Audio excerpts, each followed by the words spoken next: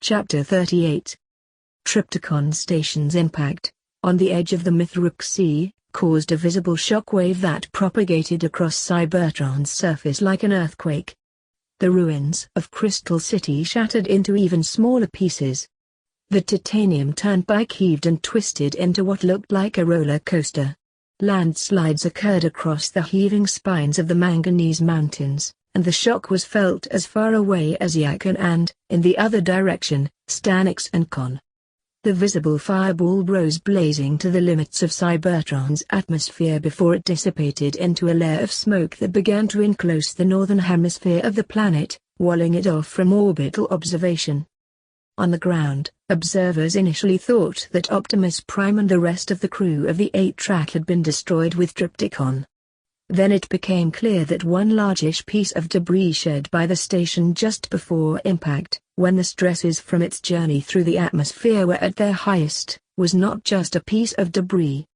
It moved against gravity. Could it be? The assembled Autobots barely dared to believe it. The 8-track veered away from the rain of trailing debris from Trypticon's long fall through the atmosphere. When it landed at the edge of the launch facility, a detail from the last-ditch preparations in the Hall of Records was there to meet it. "I can't believe you made it," he shouted over and over. "We sure did," Jazz said. "But I can't believe it, either. Jetfire, you never did answer my question." "Look around," Jetfire said. Optimus Prime felt the surface of Cybertron beneath his feet. It was home, it would always be home. But if he and the other Autobots stayed, they would die. What could he do? "And it's ready," Sideswipe cried out. "Alpha Trion says the Ark is ready to go." A thrill of possibility went through Optimus Prime. It was time to tell everyone about the Cause plan, which he had prepared at such terrible cost. "You're sure?" he asked. Alpha Trion himself confirmed it. "He has images." Sideswipe showed Optimus Prime the outline of an immense ship, city-sized, within the walls of the Well of Allsparks. Put together from the great machinery that had housed the Allspark before Optimus had sent it into space, the Ark hulked inside the canyon wall, where seeker patrols and satellite observations would not recognize it for the ship that it was. Virtually every drone under Autobot control had put in some time on the Ark over these past orbits, and material had been cannibalized from the wreckage of Omega Supreme's activation as well. It was one of those times, those frequent times, when Optimus Prime would have given orbits of his life for a moment just to think. But bots depended on him to make good decisions, and fast decisions, and more often than not every decision he made had to be both. He jacked open the Autobot frequency and counted on Alpha Trion to keep the transmission from Megatron, even if only for a few cycles. Every moment was precious. "If there's any traffic in space, any of our traffic," he said, "freeze it. No one is to approach the space bridge. If it's only going to work once, we need to make sure that we can get everyone through. It's time to go," Optimus Prime commanded. He opened the broadest Autobot frequency he hadn't told the entire planet of Cybertron. "Go, Autobots. All of you who are not already on board a ship, rendezvous at the Ark. Coordinates are with you, Autobots. There isn't much time. Quickly." He broke off the connection and ran to catch the 8-track for the short suborbital hop to the Well of Allsparks. It took off, jammed with its regular crew and a number of extra personnel from the Hall of Records and Yakon's civil defense militia who had disembarked from ships of the original fleet. They had just reached their cruising speed when Jetfire, at the controls, said, "Uh-oh." Optimus Prime looked up. "Uh-oh what?" "Look." Jetfire pointed toward a screen on the cockpit console, where an orbital camera was looking down at the impact site where Trypticon Station had crashed down. Trypticon Station, in a bipedal form larger than any walking bot Optimus Prime had ever seen, was rising again. It rose 5 times the size of Devastator, an immense shape that loomed like a walking city over the exploded landscape around the station's impact. Violet light shone from its darkened optics and weapons arrays deployed from its shoulders and hands. Before it had fully completed the assumption of its ant form, the bipedal Trypticon was already walking, from the Mithril shores toward the yawning chasm of the Well of All Sparks. Megatron was too far away to catch them before they got to the Ark. But Trypticon was not. How are we going to fight that? Prowl wondered. Jetfire said, I will go. I and Springer, he indicated a flight-capable commando from Ultra Magnus's unit, can at least slow him down while the rest of you get away. It's a noble offer, said Optimus Prime. But I think we can do it another way. I know a way, said another voice. Before he turned around, Optimus Prime knew it was Ultra Magnus. Some Autobots must remain, Ultra Magnus said. If all of us leave, how will we know that there is anything to return to? Optimus Prime had no answer for this. I cannot ask you to do this, he said. You didn't, said Ultra Magnus. I offered. And my bots are with me. Whatever they build, we will destroy. Ultra Magnus gestured to the team assembled around him. Meet the Wreckers, Optimus Prime. We will fight for you until you return. Ratchet had appeared in the middle of Ultra Magnus's pledge. And Omega Supreme will fight with you, Wreckers. The Guardian lives? Ultra Magnus looked first amazed, then pleased in a way no Decepticon would have wanted to see. Our fight will be that much easier, then. Optimus Prime nodded in satisfaction. Well done, Ratchet. You work wonders with the resources we have. In a contest between resources and ingenuity, Ratchet said, never underestimate ingenuity. The planning for the final act went quickly. If they could not count on Megatron not to fight, they would have to engage him quickly, distract him, and then get the Ark to orbit before he could mobilize his space-based or space-capable forces to attack it. Jetfire pointed out here that the Ark was large enough that nothing in the known arsenal of Decepticon or Autobot could destroy it. Optimus Prime resisted this idea, then realized that the reason he was resisting it was that, for the first time, the Autobots had the upper hand with a weapon that the Decepticons could not answer. Could it be? Look at you, OP, Jazz said. For once we have an advantage, and you're about to throw it away because you're afraid it's not real. I don't think so, said Optimus Prime. Get everyone to the Ark. Now. Everyone in alt mode who is built to carry. We go through the subsurface where we can, but we're going to have to be on the surface at some times, which means we're going to have to fight Trypticon. That's what we're for, said Ultra Magnus.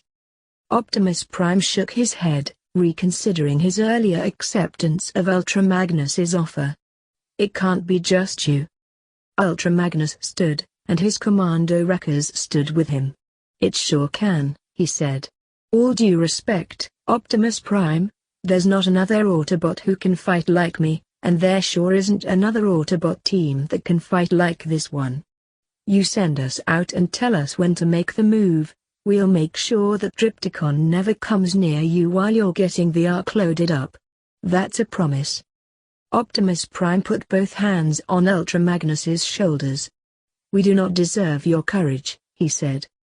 My courage is mine to offer, Ultra Magnus said. And I offer it to Cybertron, and to the Autobots. I'm going, too, Jetfire said, stepping from Optimus's side over to Ultra Magnus. Over the protests of Prowl and Ironhide, he went on. The Wreckers are going to need a seeker, Jetfire said. Someone's got to cover things while you're off planet. Don't worry. We'll be here when you get back. Ultra Magnus, I'm going to recon the Trypticon situation. Be back in a short cycle. He assumed his alt form without another word and blasted away, low in the sky over the Well of All Sparks. Well? Ultra Magnus said to Optimus Prime.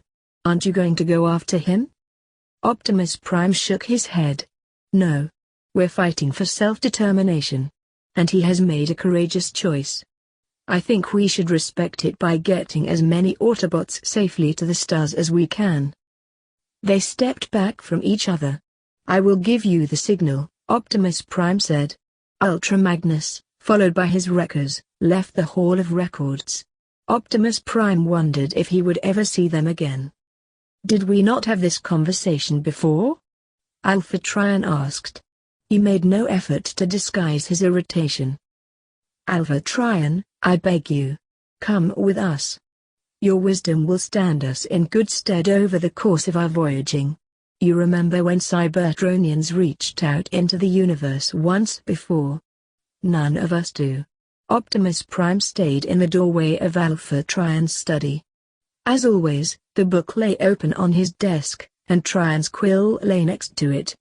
At times Optimus Prime felt as if every move he had ever made was inscribed in Alpha Trion's book. "How long would you have me look over your shoulder, Optimus Prime?" Alpha Trion asked. "If you would lead the Autobots, you must learn that in the end, a true leader is that bot who knows that the decisions he makes are his and his alone." Optimus Prime had nothing to say. He was in part ashamed, but in part he was angry. "Go, Optimus Prime," Alpha Trion said. "And take Teletron 1 with you. I have already sent it to the Ark. Vector Sigma will protect me while Cybertron repairs itself. This has always been my plan. I will rebuild those parts of the data net that have been destroyed, and I will survive. That is all anyone can ask in the times that are coming." Optimus Prime was overcome. How could he leave his advisor, his mentor, his most trusted counselor Alpha Trion? "Whatever it is you are contemplating, Optimus Prime, know that I refuse it," Alpha Trion said. "I have stated my intentions. Respect your elders." "I will," said Optimus Prime, though it hurt as nothing he had ever said. And then it came to him, but whether just intuition or a deeper knowledge flowing from the Matrix, Optimus did not know. But with certainty, he knew that he was standing before one of the 13, the original Transformers from whom the entire race had sprung. And he was leaving him behind. He took his leave, sorrowing at his loss but now certain that Alpha Trion knew what he was doing. Then, with reports coming in of Decepticon armies swarming in from the east and over the pole to the north, it was time to lead the Autobots to the Ark. Optimus Prime arrived at the southern end of the Well of All Sparks in the company of his closest Autobots, Jazz, Bumblebee, Prowl, and Ironhide. Seeing them made him think of the others, how many dozens, or hundreds, whose names he had known and who now were dead. And how many others would not make it to the Ark, would not join this stream of Autobots working their way down the side of the canyon to the open doors that led to the Ark's interior. Too many. Far too many. But this was the only decision a leader could make. He turned to Sideswipe, who was on standby at the base of the main entry to the bridge sector of the Ark. "Sideswipe. We're going to need a pilot." Once every Autobot within sight, after multiple horizon-to-horizon sweeps, had been taken on board, the outer bay doors of the Ark were closed and Optimus Prime gave the order for it to lift off. He thought of saying farewell to Alpha Trion, who would even now be escaping through the subsurface warrens of Yakan just ahead of the invading Decepticon army. And he thought of saying farewell to those brave wreckers, including Jetfire, who had held up the marauding juggernaut of Trypticon, at great cost to themselves. The Ark rose from the wall of the Well of All Sparks, destroying the access shaft that had led Optimus Prime down to his destiny of receiving the Matrix of Leadership. The canyon wall of the well toppled into its depths, covering the wound left when the Allspark itself had been ejected from Cybertron eons before, in the early stages of the war when Optimus Prime was first coming into his own as a leader. The Ark rose still more, and Optimus Prime could see the curvature of Cybertron's surface, the shape of this wounded world that was the only home he had ever known. And as it rose, the army of Decepticons poured out of the east and began the final sack and plunder of the great city of Yakan. In the skies above them, Seekers overflew the city, their lethal rockets falling by the hundreds on the defensive batteries that ringed the city. The final destruction of everything that reminded Megatron of the caste-bound system he hated was underway. Yet Megatron himself rode skyward, in single-minded pursuit of the Ark. His vessel the reconfigured Trypticon. With him were Starscream, Lugnut, Soundwave, the elite of the Decepticons. Even as his Decepticon armies overran Yakon, Megatron triggered Trypticon's third form, the Great Nemesis-class battleship capable of carrying an army and destroying anything else that had ever flown. The multiform Trypticon was the greatest triumph of Shockwave's science. Shockwave, who, as Megatron and Starscream chased after the Autobots, looked out over a Cybertron that was unexpectedly, and, to his deranged mind, marvelously, his and his alone. Cybertron would never be the same. I'm glad you enjoyed that video/gameplay. Just remember to hit that like button, subscribe to the channel, and leave a comment down below. Until next time, goodbye!